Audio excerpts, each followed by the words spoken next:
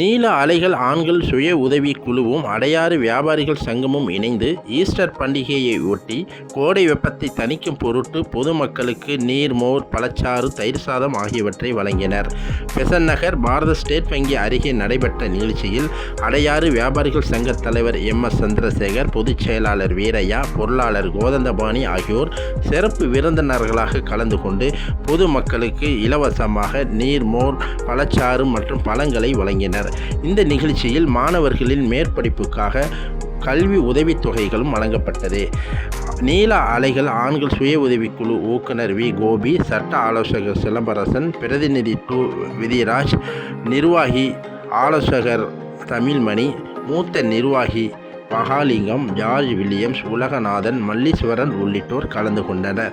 இந்த நிகழ்ச்சியில் ஏராளமான பொதுமக்களுக்கு நீர், மோர், பழச்சாறு மற்றும் பழங்கள் ஆகியவற்றை வழங்கப்பட்டது.